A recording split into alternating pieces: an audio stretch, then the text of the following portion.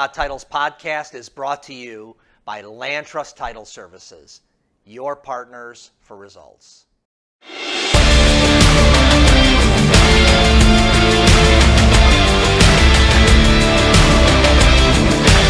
Hello, this is Steve Kemp with the People Not Titles podcast, and it is my great pleasure to be here with the CEO of NASBAR, Jeff Lasky. Jeff, I'm glad to have you. Thank you for spending this time with us today. Thanks for inviting me. Yeah. I'm thrilled to be here. Yeah, so we are, just to be clear, we are in Jeff's house today in Northbrook at the NASBAR headquarters. It's a beautiful facility. They have space for meetings, for real estate closings, and they have space to do studio to do podcasting too, and they have a wonderful engineer here that facilitates that. So Jeff, I'm really impressed with everything that's happening here at NASBAR, and I just want to congratulate you for that first off. Thanks very much, and we're thrilled to have Land Trust here. We're thrilled that we're really maxing out.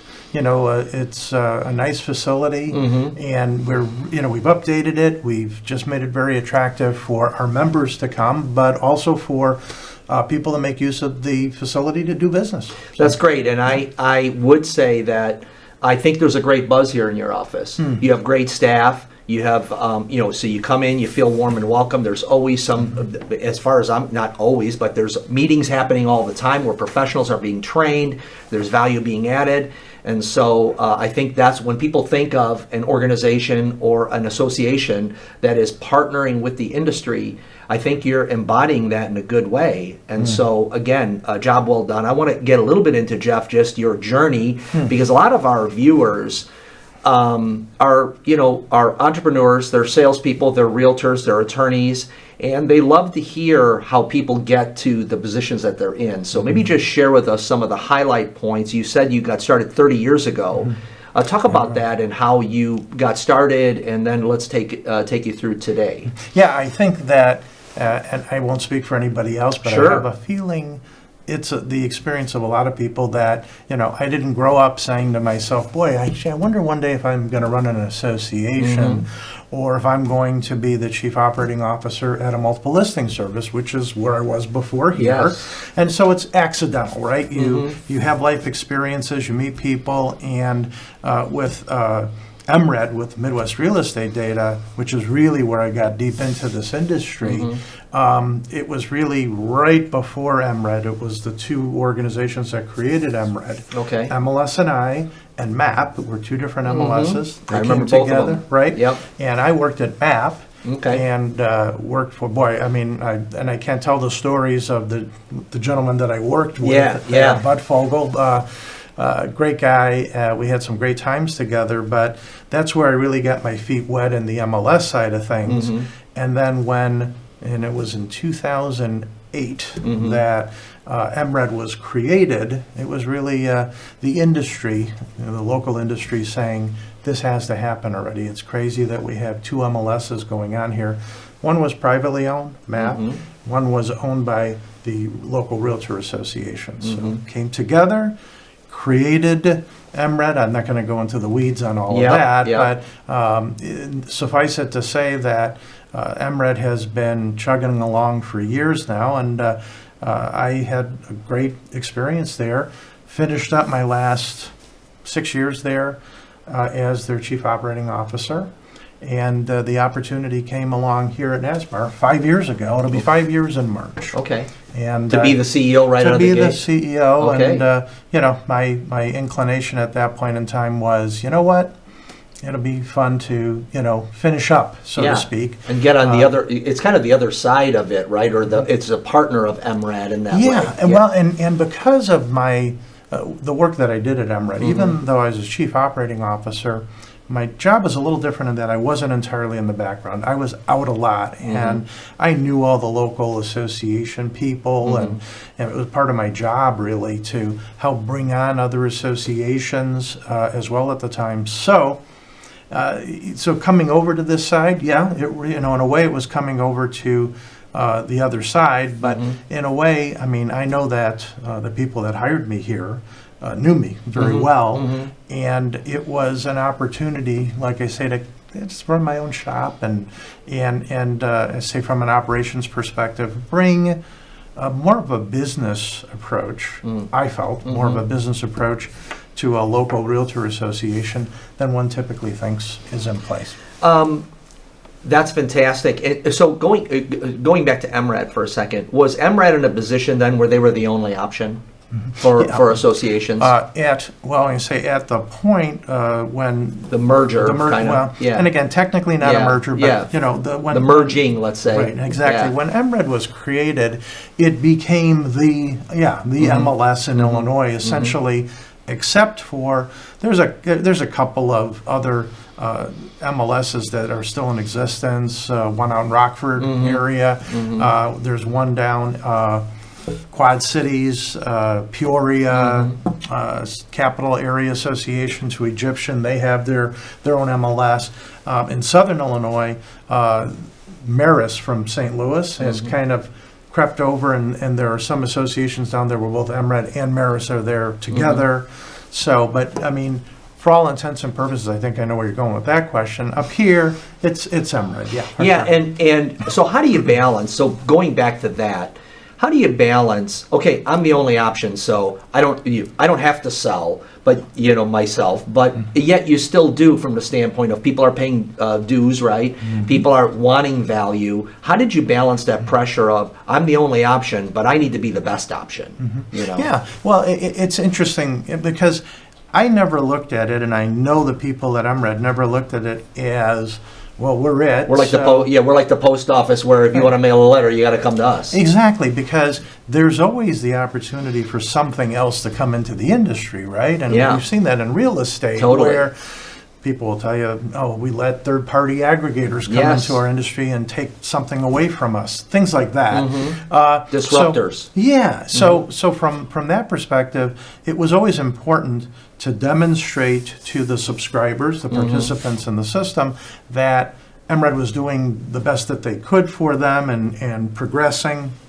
Also keep in mind that, like any good business, right, you want to grow. Absolutely. And how are you going to grow? Well, you grow by, the biggest way to grow as an MLS is to go and get other associations or other MLSs to come in with you, again, merge or combine, and that's, a territorial thing. That's a geography thing in many ways. So the fast answer to your question is that it was just like any other. We never rested on our laurels, just like we don't rest on our laurels here at NASBAR, because we have an understanding that there's always an alternative. Sure. You don't do your job, someone's going to do it for you. Well, right, exactly. That's exactly right. And so it's not strictly the same as your title company competing with others. Sure. But I mean, it's still that element there. There's always a potential for that. So Jeff, before we get into NASBAR and kind of the vision and some of the changes that have taken place over the last 5 years, I want to talk about your leadership journey a little bit, because you weren't maybe necessarily born a leader or anything like that, but you had to become a leader. What were some of the key elements of your journey in that? Were there mentors? Did you have leadership gifts that have just been exhibited over the course of your life? What was that? Yeah, I think that in my case, I would say that it's almost entirely a learned skill, something that I've acquired over the course of time, because I don't think that in my experiences in my career that I had any kind of a natural ability early on.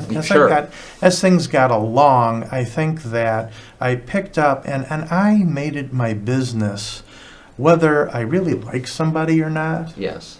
Whether I really, I don't think that anybody is perfect. So it's not a question of respecting everything about somebody, but there's things about them that I learned from. Yeah. And in retrospect, sometimes I will have thought back on behaviors and go, you know what? Now I understand that behavior. Yes. Right? I didn't understand it at the time so much. I do have to say that at MRED, I worked really closely with Rebecca Jensen, who's the president and CEO of MRED now. And Rebecca got there in 2015. And I have to say that, and I don't want to, by saying her now, I'm excluding everybody else. Sure, no, but we're just picking a few of many. But she, and I think that the reason our synergy was so great is that we're both really really extreme process people. And I, for some reason, just clicked with her and with a couple of the people that she learned from and turned me on to, that, you know, there were certain ways of being able to do things and apply things and get people all pulling that rope in the same direction. But it's got to be how you, it's got to be the approach. It's how you present it to people sometimes, not necessarily the content itself, but it's how you do things that get people to follow your lead, if that makes any sense. Absolutely. So for me, it was really learning all about that and getting to that point where, and again, at MRED, I mean, my God, you know, when we put this whole thing together, there were probably 65 employees. We brought that thing down over time to where by the time that I left, there were maybe 35 employees. But it was a situation where, you know, I very much appreciate Rebecca. You know, I was able to run that staff. And so she empowered you. Yeah. And so when she came in, I think I earned it too. Yeah, absolutely. But I get what you're saying. Yeah. But when she came in the room, everybody knew who the boss was for sure. But I was able to help people navigate and get where they needed to go and get all the things done we needed to get done, because I learned how to be that type of leader. And it's a different type of leader here. You know, I come here and it's a different position and a different experience. And, you know, you mentioned earlier the vibe, the excitement. There are things you can do purposefully, right? Sure. To get all of that going. But I'm not standing around here all the time. Right, pumping everyone up with your pom-poms. They are doing it themselves. Yeah, so you surround yourself with good people. So I hear that Rebecca gave, you know, a great leader, good leaders give room for other leaders. Absolutely. Right? They're not afraid. They're not, the ego is not so huge that they see another strong leader come in and think they're threatened. They actually say, wow, I have more capability, I have more capacity now. Yeah, I couldn't agree with that more. Yeah. That was definitely Rebecca.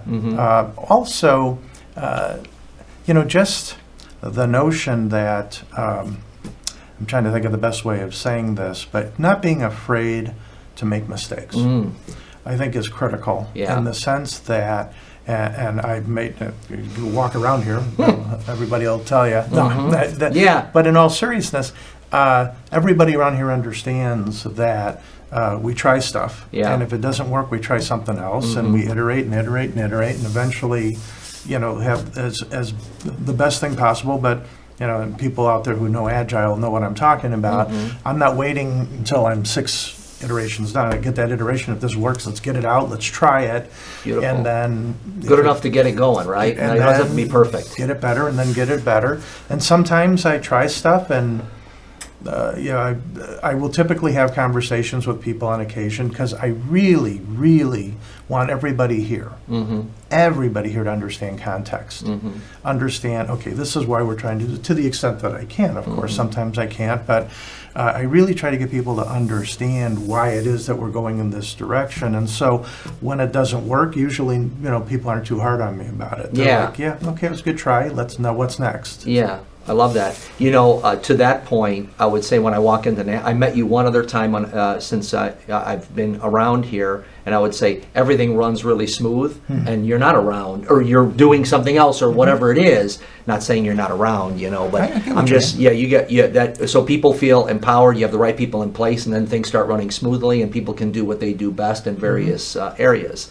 That's so. Let's talk about. So, was your time kind of done at MRED, or were you like when people make a transition, were you feeling something like I'm ready for a new challenge, or did this NASBAR opportunity come out of the blue for you?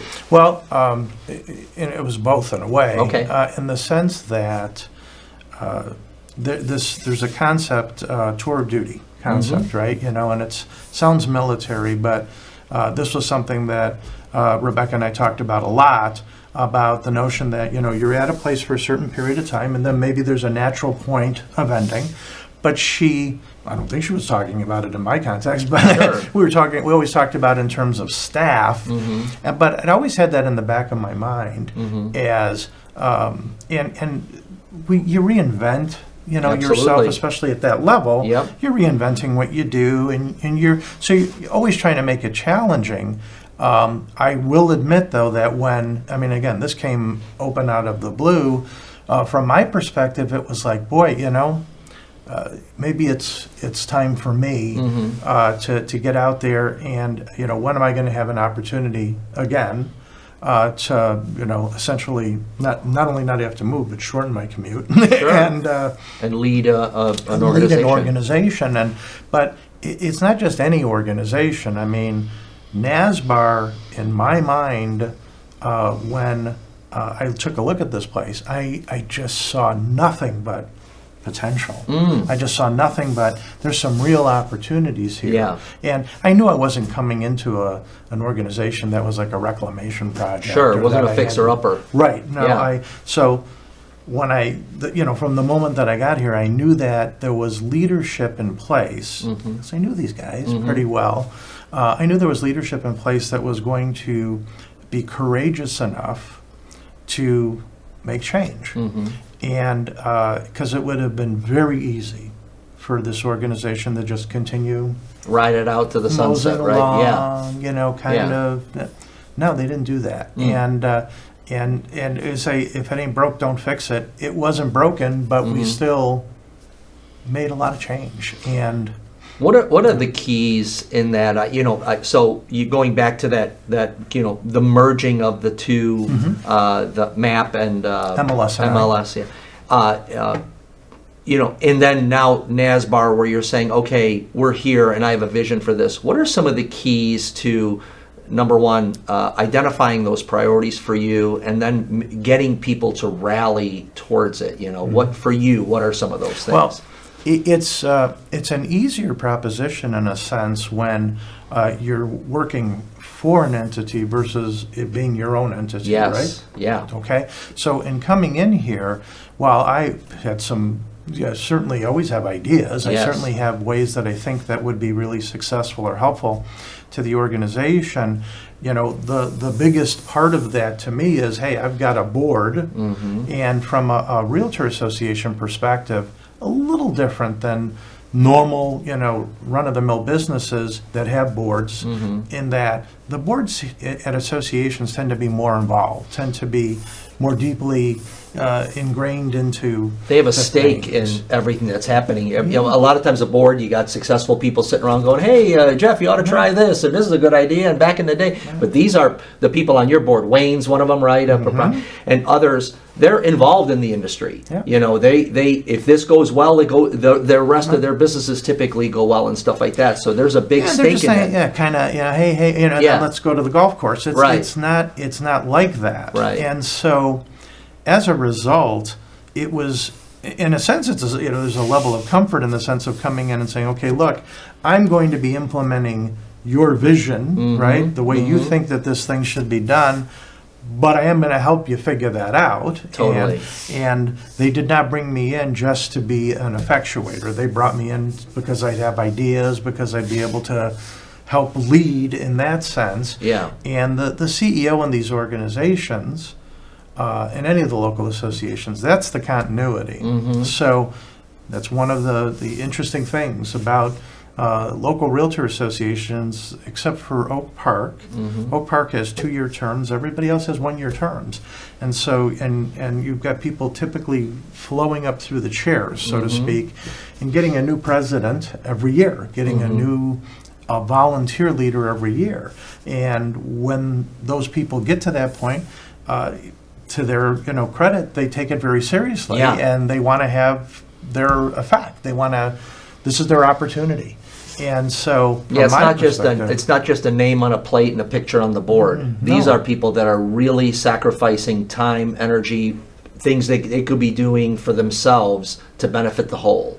Yeah, it's and again, I can't speak for every single association. Absolutely. In the world. I can speak for this one. I can speak for larger associations that I laugh when I hear people talk about, people get into the chairs and they go just because of the perks. And some of that had to do with what came out, with NAR this year and everything like that. That's not happening here.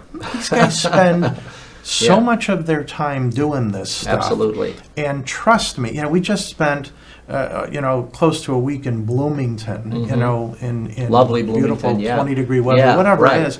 And it's like, it's not, we're not traveling to Turks and Caicos, right?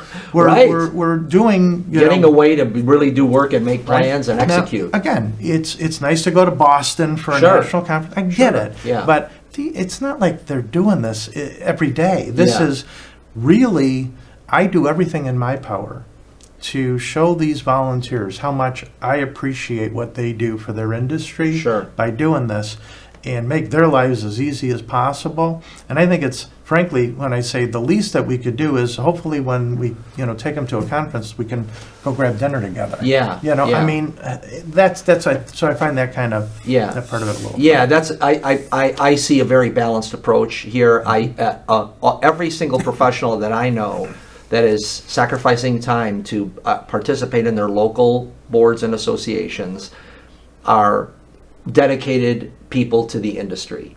And so I applaud you for making the right choices there, and for and the people in the industry and people on these boards, because it's not grandstanding, there's not a lot of fame and fortune in that regard, but it does help them, I'm sure, in the terms of meeting other professionals, iron sharpening iron, talking about ideas and crafting the water that they're swimming in, so to speak, here. And at the same token, whatever they're doing is adding value to the people that have no idea what's actually happening behind the scenes. Absolutely right. But, it's funny, you kind of, in referencing the leadership of this organization, you're also referencing almost word for word what I say to the new members.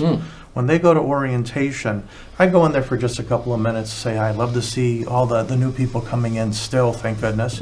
And I go in there, and my conversation with them is that this is not a charitable endeavor. You're a member of this association because it helps your business.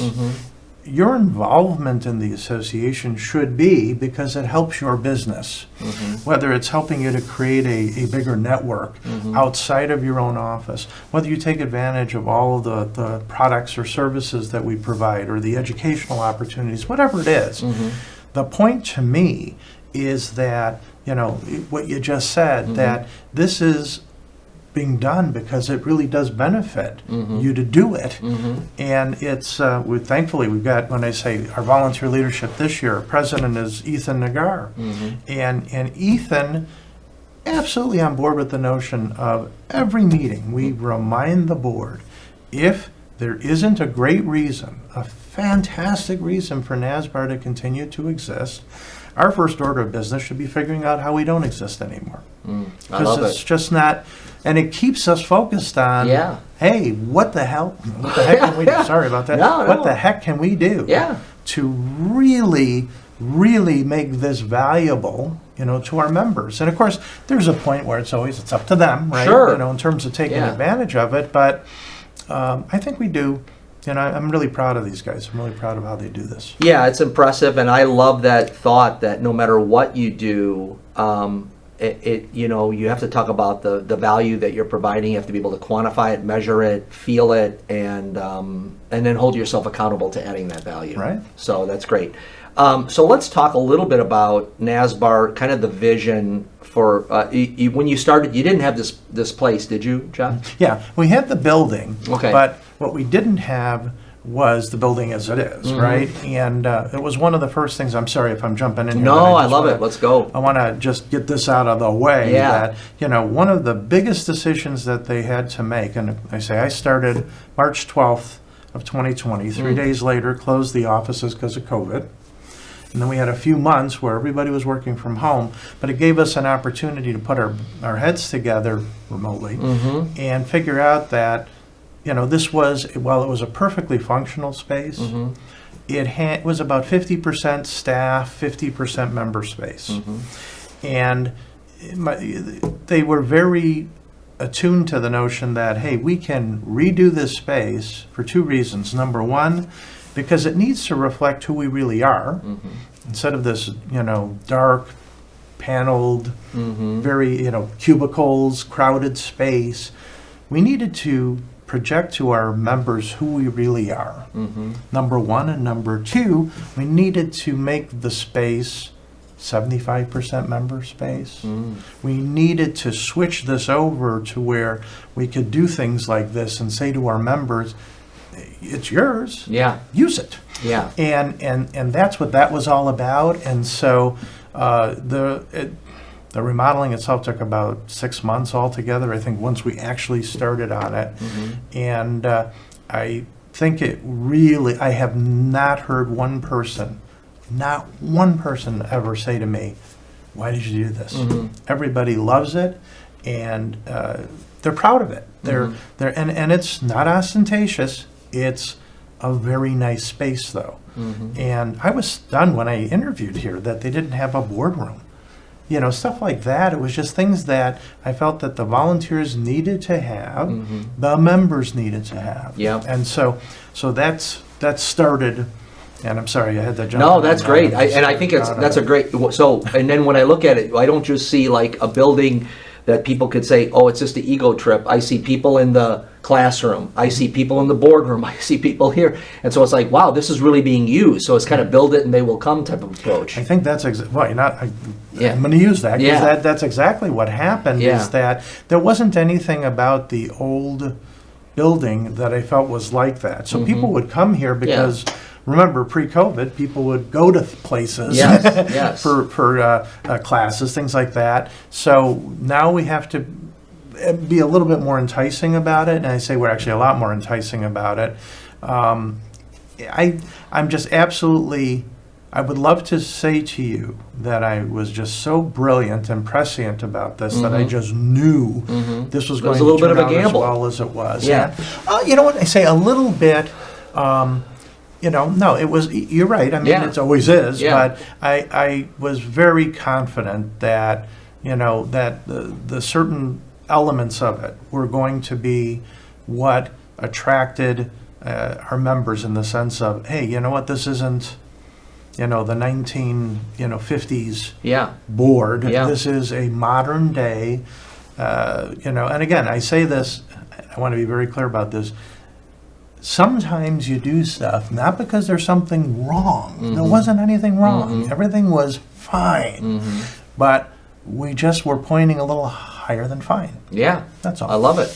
And I would say that, and the heartbeat, that gave us the opportunity from land trust title standpoint to look at it and go, wow, how do we, I see the vision, how do we partner with the real estate community to provide our service that we can provide anywhere, go to a Regis or whatever it is and say instead, no, how do we make it so that we can be a part of the vision of just, creating a space where there's real estate activity and real estate professionals wanting to come and show up and feel good about being a part of their industry. Absolutely. Win-win. Yeah. I mean, it was, and sometimes, I would say if you don't have, let's say the right kind of staff person. There's a certain type of staff person that fits in here, and it's a staff person that understands that every single thing that comes down the pipe could be an opportunity, and so there's no wincing when the CEO says, "Hey, boy, that's interesting. Let's do this. Let's try. What do we need to do to make this work?" On this, in your case, whatever equipment is needed, whatever scheduling, scheduling, whatever it is. How can we make this work? And I mean, there will be plenty of organizations I could walk into, and if you do that, they're like,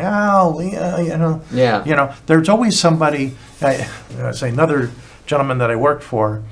He always used to say to me that he liked to have one person that he can go to that would always say yes, and one person that he would always go to that would say no. And this way, if he didn't like an idea, he'd go to the no person. If he liked an idea, he'd go to the yes person. We try to keep everybody as yes as much as we can around here.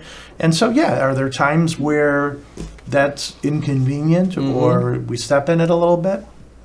Yeah, and sometimes saying no to some things, right, is the best answer. But a lot of times we say no so often that we get nowhere. Right. And that's and then so here we come now we're 2025, right?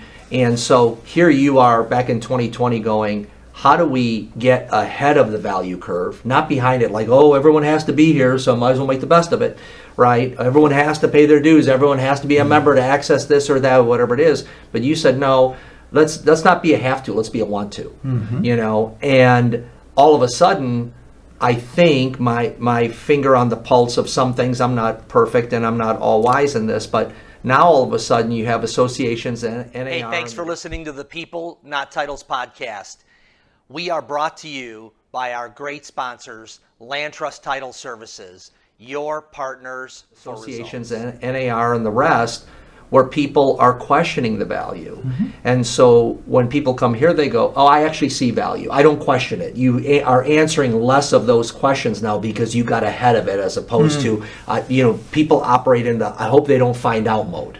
You know what I mean? Right. No, that's a great point. Yeah. And I think, too, that, you know, for the local associations, local realtor associations around the country, being the point of contact for members and having the MLS relationship has often meant that the local association relationship isn't really questioned as much. Now, we decided, yes, let's be proactive about this, make sure that our value prop extends beyond that and is clear, and that is going to benefit us because, you know, hey, who knows what's going to be happening over, you know, with any of these things in the next, you know, few years. But clearly, from our perspective, yes, to be completely transparent about it, the only questions we ever get right now about membership have to do more with, okay, do we still have to belong to NAR? NAR, yeah. And I don't even know how much consciousness there is about the state association per se. Because you have the state, you have local, and you have NAR. Those are the big three. That's the three-way agreement. Right.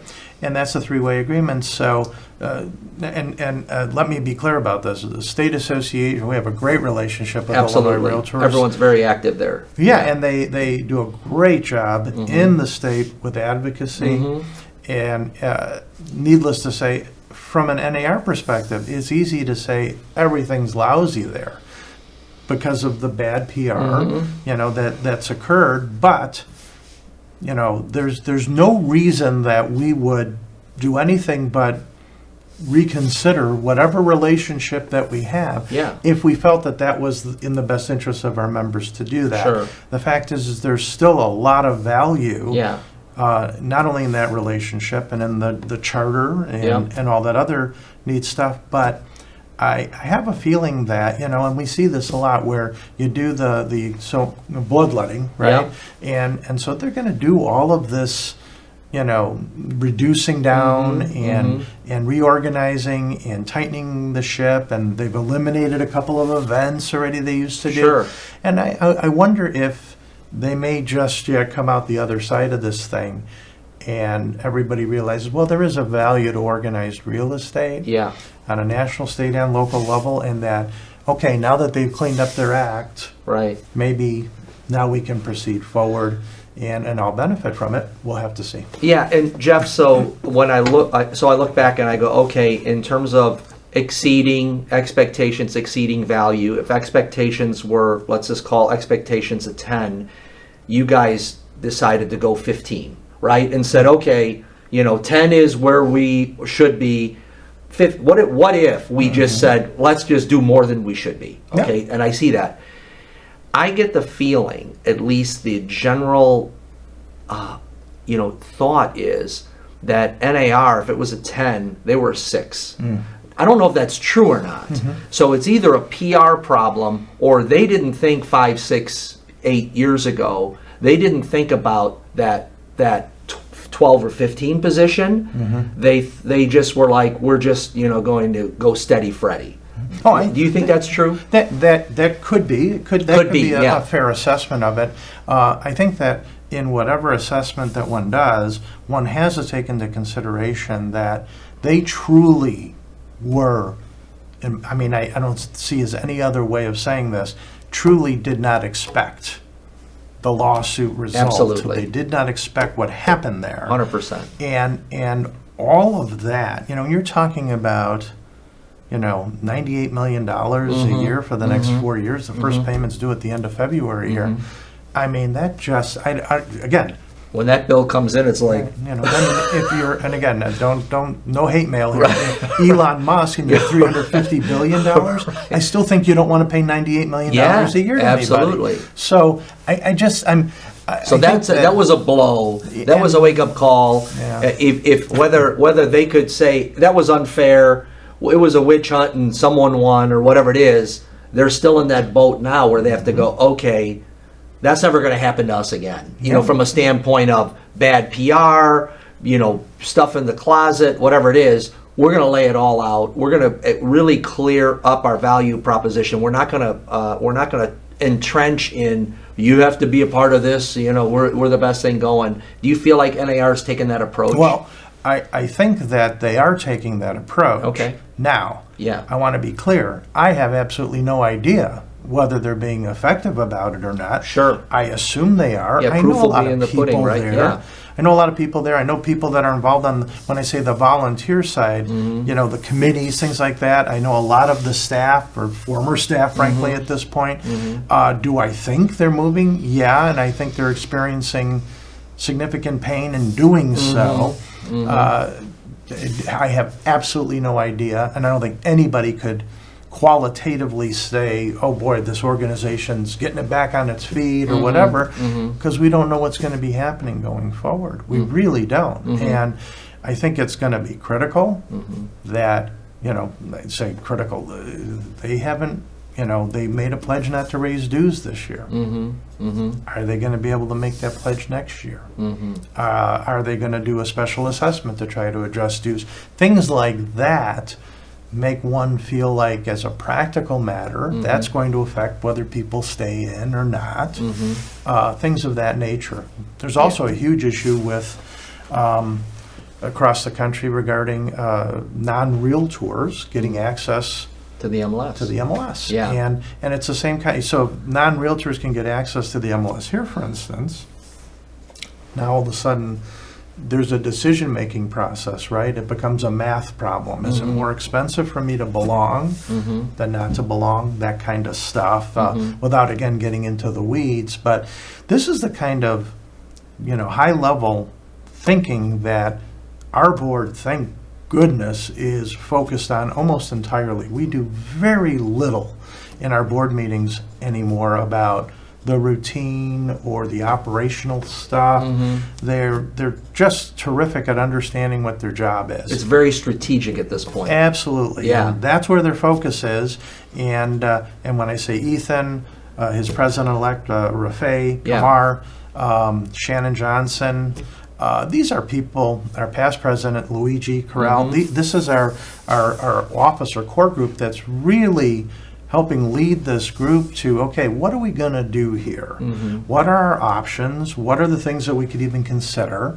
And, you know, when I say, I'm not inclined to say, let's see where the chips fall where they may. I don't like that because it feels too like I'm waiting for somebody else to do something. Sure.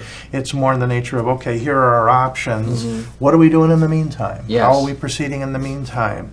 And, but it is, you know, to a certain extent, certainly isn't in our control. Yeah.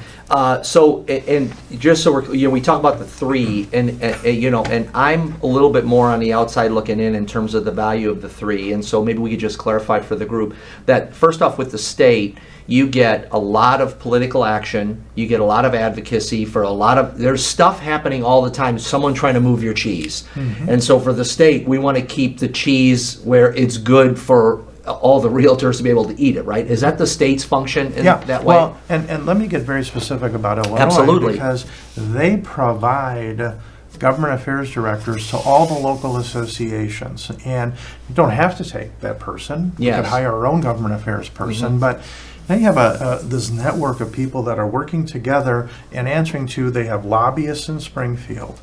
And understand the concept. And this is easy for everybody to understand.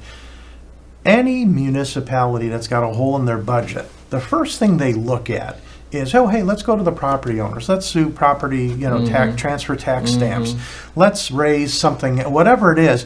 It almost always would fall in my estimation, and just think about it yourself. Yeah, I think people feel it. It falls on the Yeah. property owner. And what if you're not watching the hen house here? Right. What if we don't have people who, when this stuff comes down the pipe, and trust me, we have jurisdictions that we could probably have a government affairs person just assigned to that municipality alone. They're constantly trying to grab in that pot. Constantly Yeah. trying to do stuff that, when I say it affects private property rights. And again, this isn't like a group of people that are doing this because they've just got, they're just the greatest people on the planet. They are great people, but they're also doing it because, it's in our own best interest to make sure that private property rights are protected. Absolutely. And, so the work that they do, when I say is coordinated, oftentimes you'll have something that might get mentioned in a Highland Park. And all of a sudden, if it passes in Highland Park, all of a sudden Evanston might take a look at it. All of a sudden Chicago might take a look at it, whatever it is. Yep. And so all of this stuff is intertwined and works together. It's a big deal that, Illinois Realtors really does have their hands on the pulse. They have very experienced people I've known for a couple of decades, that work this stuff down in Springfield. And so, and people want to throw it off like, we were able to work during COVID, right? Right. We're, Right. People just want to throw that off like that was no big deal. Right. Well, No, it was yeah, a real big we deal. were considered, what was the word that they used? Necessary or whatever, necessary workers. Yeah. And absolutely, I mean, it kept the economy alive in many ways. The real estate industry kept the economy alive. That on that level too. That you're right. Yeah. So when people are a little dismissive of this stuff with me, I'm like, you really need to take a look at this and understand that this network exists. Yeah. And without it, and it's the same thing really on the national level. Yeah, absolutely. But again, I know from personal experience here in the state, national level, I have to take more on. Yep. I'm keeping an eye. Hopefully they're working. This Yes, stuff, I'm hearing they're working. So to be clear about that state function, there's this huge pot of wealth, which we consider the biggest asset that people have and all this kind of thing. Someone's always trying to get their mitts on it, and whether it be for good reasons or bad. And our state representatives in the real estate industry are making sure that we have a network of people that are defending property rights, defending all the different ways of people devaluing and making your property worth less by either more taxation, weird things with ordinances and all this kind of stuff that make your property less valuable. So that's great. And so then on the local, on the NASBAR level, just tell us, what is the value? We've heard it all in many, maybe kind of vague ways, but what is the value for the local association to the broker?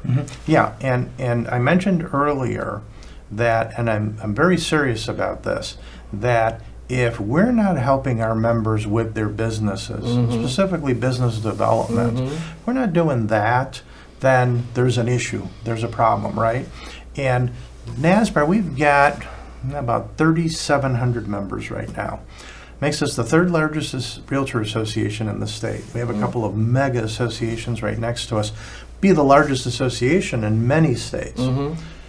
We're just the right size to have the ability to put on whatever programming we want to put on whatever events we want to put on. I say the old saying, right? We can't do everything, but we can do anything, right? Yep. I mean, that, Like if we, that. Yeah. we pick our stuff out, but the key, and it's in our mission, one member at a time, we keep it personal. There are people that come into this place, and a lot of them that know, whether it be a Mike Collins, whether it be, at our front desk, Regal, whomever it is, they know our people. Kim has been here for 28 years, I think. They know when they deal with a membership person that they're dealing with Kim, or they're dealing with Hazame, whomever it is. Deborah DeBoer has been doing education for us, and special projects now. She's working on some other things for us. It's a personal thing. And so what we offer is not just this big conglomeration of... Yeah, join, log in, and look for what we can do for you. We are there to help you, and the proof in the eating is the business development that's created. Yeah. Now, I say that as an association, it's not some other amorphous thing's job to do this. It's your association. So that means to me, and this is a cliche by this point in time, you have the complainer, and, oh, okay, what do you do with the complainer? Put him on a committee. It's a cliche. What we do instead is just try to help that person in any way, shape, or form get where they want to go, and understand the concept that, yeah, we do have a process. We do have something in place that enables people to get on committees and eventually serve on the board, and eventually be an officer of this organization. And that's who's, ultimately, I don't have a crystal ball. Yeah. I'm not out there selling. Yeah. So I got to have a way of finding out, what do you guys need? Yeah. And what can we do to help you succeed at the ultimate level? And so while we do those things, there are other things that we do, like our arrangement with your title company. I mean, it's just everything, we try to have some kind of synergy to it. Everything kind of fits together, everything kind of feeds off of each other, and the old thing, you kind of do that, and then it's all of a sudden bigger. The sum is bigger than its parts. Yeah, and it seems to me too that for a lot of the association life and getting the most out of it and is by you putting into it, right? So you get what you put into it in many ways. They're not doing anything for me. It's like, well, this is a symbiotic where everyone is involved, and then, like you said, that you're able to become more because of everyone involved, as opposed to some, you sign up and you get some discount club benefit or something like that. Well, and I, again, the new members, this is funny for me, a fun experience for me. I will have new members.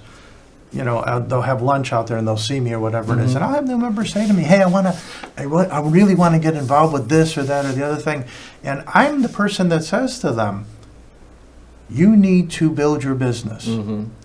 First things first." Right. You've got to do that, and this will be you. The phrase that they use are they want to give back to the business. Well, the business hasn't given you anything yet. Yeah. Wait till the business is giving you something, and then come back. Now, what I don't say to them, I mean, in the back of my mind, I'm like, well, how much can you bring to the table right now? You're just starting out. Yeah. Spend your time finding listings, finding buyers, make your brokerage happy with you. Yeah. And in the meantime, if serving on a committee here or something like that helps you to meet some people, that's fine. But understand your top priority is you got to make money. Yeah, and I love that, Jeff. That's telling in many ways that this is not a club. This is something where you are an entrepreneur and that you've placed their success ahead of the association success. And I think it's smart from an association standpoint, because if they're successful, that'll add success to the association. Sure. I mean, it just is kind of natural. If you can't sell a home, you could sit in here for the rest of your life and never, benefit in the way you're supposed to. And there are people that show people how to buy a home. People that come out the gate doing amazing work and doing stuff, and we have our Young Professionals Network, which anybody that comes on here new, they're told about their stuff right away. Yes. They're immediately kind of thrust into that group, even though they have an advisory council. But we've been fortunate enough with the activities of that group, 2 years in a row. National YPN Network of the Year. National Network of the Year. I don't that's know, huge. 1,000-something associations. For us to be able to have that kind of an accomplishment for those guys shows us that, I think there's some things we're doing right here. Absolutely. And so between that, I'm sorry, I'm rambling, but I love it. I'm excited about so much of what we have to do. Yeah. And it's evolving, right? We'll have to, that's the thing, going forward here, that's what we're going to be spending our time on, is where is this all going? And what can we do to, it's, realtors are an incredibly resourceful and adaptable group. And that sounds like a cliche, but I am telling you, last couple of weeks, I probably talked to 5 people outside the industry. I had a doctor's appointment yesterday. Doctor said, hey, I couldn't believe it. He said to me, I heard about this stuff where things are changing with how you work with buyers and stuff. I couldn't believe you even knew that. Yes. But every single one of those people, in different ways, were like, "Nah, I'm not worried about those guys. They'll manage." And it wasn't it was a begrudgingly respectful way. Oh, the real estate professionals figure it out, and they do. And so we're just going to try to make it as easy and efficient as possible for them to do that. I love it. Jeff, do you think the profile, whatever the profile is of a real estate broker, do you think that's going to change as a result of last year? Are people getting out of the industry? Are they, when you're stepping up to sign up to be a broker, is there a different air of seriousness to it than there has been in the past? I think that your most successful real estate professionals are unchanged in that sense. They're going to continue on. Those guys aren't getting out of the industry. They're continuing to be very successful. Absolutely. And just rocking and rolling, right? So now the question becomes more, okay, how about everybody else that comes into the business? It's interesting because for years, the discussion was, don't be part-time. You can't succeed if you're part-time in this industry. And yet today, I think a lot of people are part-time in this industry. And so what I do routinely tell people is that there's no one way of doing this, whether it be part-time, full-time. I've had introverts that were incredible sellers. Absolutely. I've had people with the greatest personalities blow out of here in 3 months. So it's just, great. It really is you. I would say that maybe perseverance, staying with it. I don't know anybody that's been in this industry for 5 years that isn't successful, right? If you stay in it long enough, you're gonna be successful. But I don't think that anything that happened last year per se, I don't think is going to change when I say the nature of people that come into the industry. I know from our own demographics and from the demographics I see around the country is that it's an industry that's getting younger. And I think that's good. I think it's good that it's getting younger. Young professionals network, right? All that is. And when I say that, I think that there are people, many more people coming straight out of school into this industry than ever did before. I mean, for many, many years, it was fairly traditional for people to come into this industry after one or two other career moves, whatever it is, and they'd eventually end up here. And I think part of that had to do with needing to have a certain maturity to you before you could convince people to buy or sell a home or whatever. And I just think that's changed a bit. That being said, boy, I would love to see, obviously, more houses. I would love to see houses become more affordable. I'd love to, and again, this, we were just talking about this in a meeting earlier today. Oh my God, the interest rates are high. They're 7%. No, they're not. They're normal at 7%. Absolutely. And I just wish that people would kind of get that in their brains. Yeah, I think it's happening more and more as time is going on, and everyone's waiting for interest rates to drop, and they don't. And I think it's holding. And I think now we're starting to get into a little bit of a normal market cycle and normal activities, and less discussion about interest rates and more about home value and where do you want to live and all these kind of things. And so I know some people were stuck with, or they were kind of locked in with their low interest rate mortgages and all that kind of thing, but maybe the value increasing is enticing them to let go and maybe choose something different. Might be that. I know the National Association of Realtors was pushing Congress to lower capital gains, right?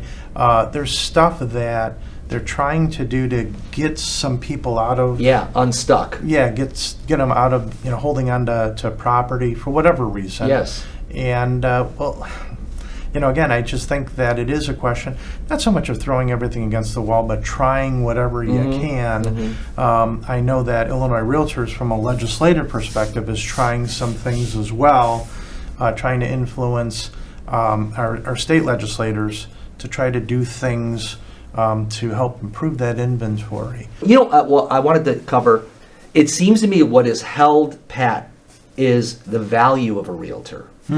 in the market, and maybe share with us just statistics of where homes sold and how many percentage of them are using a realtor. I don't know if you have those right off the top of your head, but clearly you're betting on the value of a realtor. No question about it. You know what I mean? I mean, that seems like at the heart of all this is we believe that this profession is important in the housing market, that they're adding value. People just can't run around and buy and sell homes themselves. There's too much expertise that goes into doing it well. Yeah, and routinely we'll see studies like that come out. And I don't want to say unfortunately, they're done by like the National Association of Realtors. And so it's hard to convince people that it's an objective, right, study, where you're talking about 5% go, FSBO for sale by owner, things like that. So what I can base it on is, when I look at, as an example, the continued raising every year, the volume of business that's funneled through MRED, as an example, and MRED, still only realtors in That's there, the metric, right? And so it keeps increasing all the time. Now, again, you factor in, well, prices have gone up of homes, and I get all that. Well, then you look at how many transactions are being done.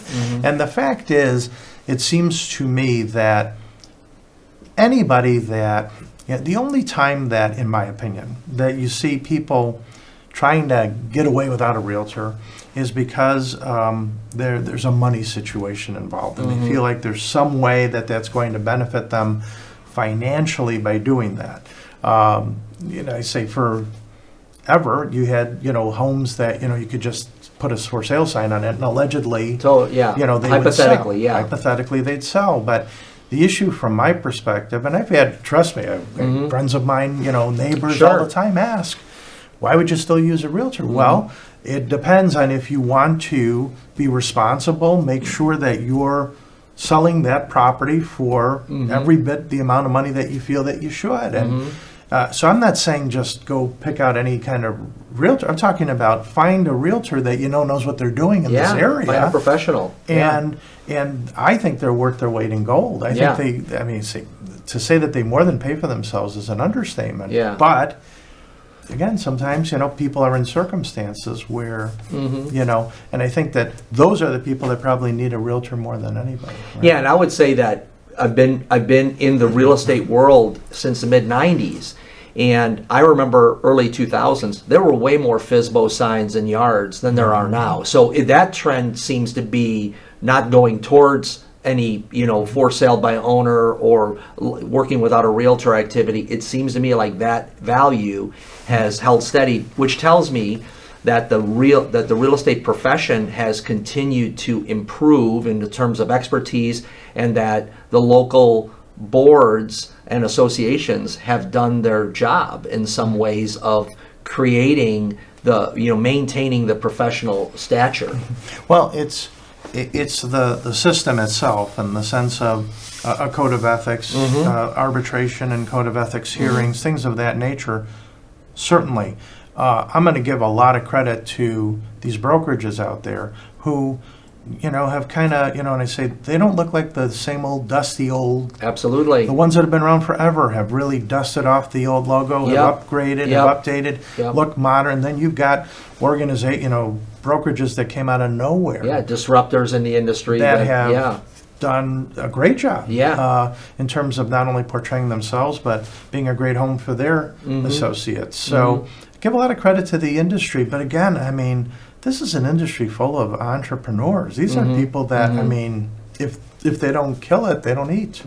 Right? Yeah, and they're bright people that know how to hunt for properties for you, and how to hunt for buyers for you, and there's all that stuff that's happening in between. So I'm impressed. I'm optimistic in that sense that the profession of real estate will be attractive, and looking at the opportunity, it seems to me like where everyone thought, maybe buyer's commission is going to go away, or those kind of things. I think they've responded well. Again, another point in time where now they had to step back and say, okay, we need to talk about what is a buyer's agent's value in a transaction and articulate. There always was that value, but how do we bring it out? How do we call it out? How do we communicate that to our clients? And I think they've done well with that. Yeah, and to the extent that, again, you're able to study that information, it at first, there was a drop, right, but it appears that it's basically leveled out. Yes. That buyer agents are being paid what they were being paid before. Yeah. And buyers were willing to pay it. Right. Or as a part of the transaction. So you're landing on, and I know that you believe this too. You don't look at things as problems, you look at them as opportunities, right? And that's, when this all came down, it's hard to convince everybody to calm down. Right. But you get through it, and it does what it does, and then all of a sudden you find out that maybe it's not so bad that this transparency exists with buyers, because they basically didn't know before. To be blunt, they didn't seem to know. Now, that being said, sellers knew. Yeah, sellers knew for sure. They knew how it worked, even though they may have said they didn't know how it worked. They knew how it worked. But you also have, to me, I think that it was, to have the offer of compensation pulled out of the MLS, I think was a little bit of a, it doesn't appear to be as big of an issue as I thought it would be, thankfully. And certainly people continue to see the value in all of that data and in having that repository of listings, where they can go and find stuff. So, and that's another issue that's coming down the pipe here is, clear cooperation policy. Are people going to continue to be forced to put their listings in the system with MRED? I think it's, I always forget between MRED and NAR, 1 day or 24 hours that they have once they publicly advertise it. And that's where you have certain companies, CEOs, are saying, hey, we shouldn't be doing this anymore. Others are saying, we need to still do it, but we need to modify the policy. We need to not make it 24 hours, make it a little bit longer maybe before you have to put it in the system.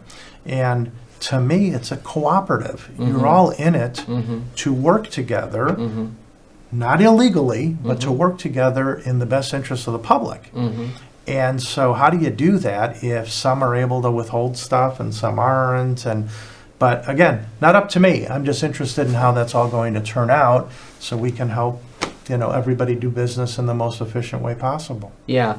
Well, Jeff, are there any, so I appreciate this kind of breadth of a conversation. Are there anything else for 2025 for NASBAR that you're looking at saying, hey, this is something that we haven't talked about yet that I want to bring to light? Yeah, boy, we talked about pretty much everything, I think. But from a NASBAR perspective, I think the most important thing that I want to relate to your listeners, and it's not just NASBAR, it's these other local associations, and that I feel confident I can speak on their behalves too, that we're all working to make sure that we can continue to have this great, I call it a miracle marketplace that we've had for 100 years, right? That's been accentuated by having the MLS in there and creating this ability for everybody to efficiently and effectively move property.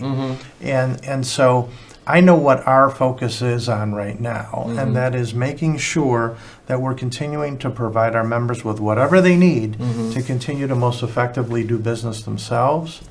But, obviously we have our fingers on the pulse, and in our board meetings, and we have guest speakers in from these entities, and we're really trying to keep an eye on, okay, what's happening, and if so, how far ahead of it can we get? So our guys have enough warning to do what they need to do. I agree. I love it. So keeping an eye on the future. Jeff, it makes me think that what will endure, to me, I hope, there's a lot of these systems that are in place where if someone would just look at it for 5 seconds, they'd go, oh, this is a total monopoly or whatever it is. But the reality of it is all of these organizations have organically come together and created this kind of ecosystem so that business can be done, not so that someone can corner the market or any of those things.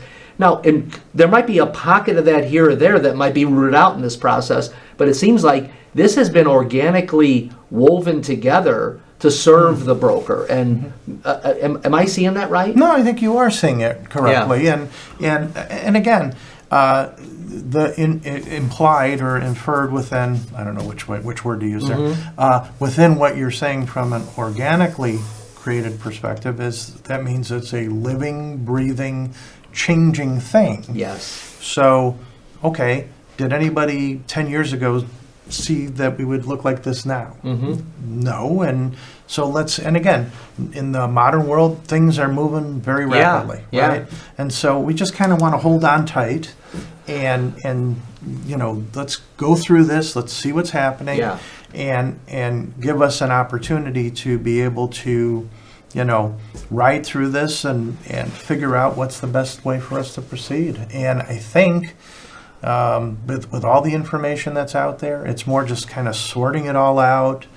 And believe it or not, what may be good for NASBAR members, here in the North Shore, the Barrington area, maybe that's not exactly the same thing that's great for somebody in another area. So we'll figure that all out as we go. Yeah, and that's all about knowing your people. Like you said, the 3,700 of your contingency, that's you don't have to worry about what they're doing in Arizona or over here. It's like, what are we doing here, and that, I think you got your eye on the right thing. So, Jeff, I just want to say thanks for the time that we've had together. Thank you. I appreciate that. Again, we appreciate just all the things you're providing to the community. We appreciate having a home here for Land Trust, and all the work that you do. So thank you. And you're welcome, and glad to have you around. And look forward to seeing you guys coming through here all the time. Absolutely. As we go forward. So. Yeah. So People Not Titles podcast, signing off with Jeff Lasky from NASBAR. Thank you. Hey, thanks for listening to the People Not Titles podcast. We are proudly sponsored by Land Trust Title Services. If you enjoyed the podcast, please hit the like button. Please subscribe, and we'd love it if you'd share our podcast with your friends. Thanks a lot.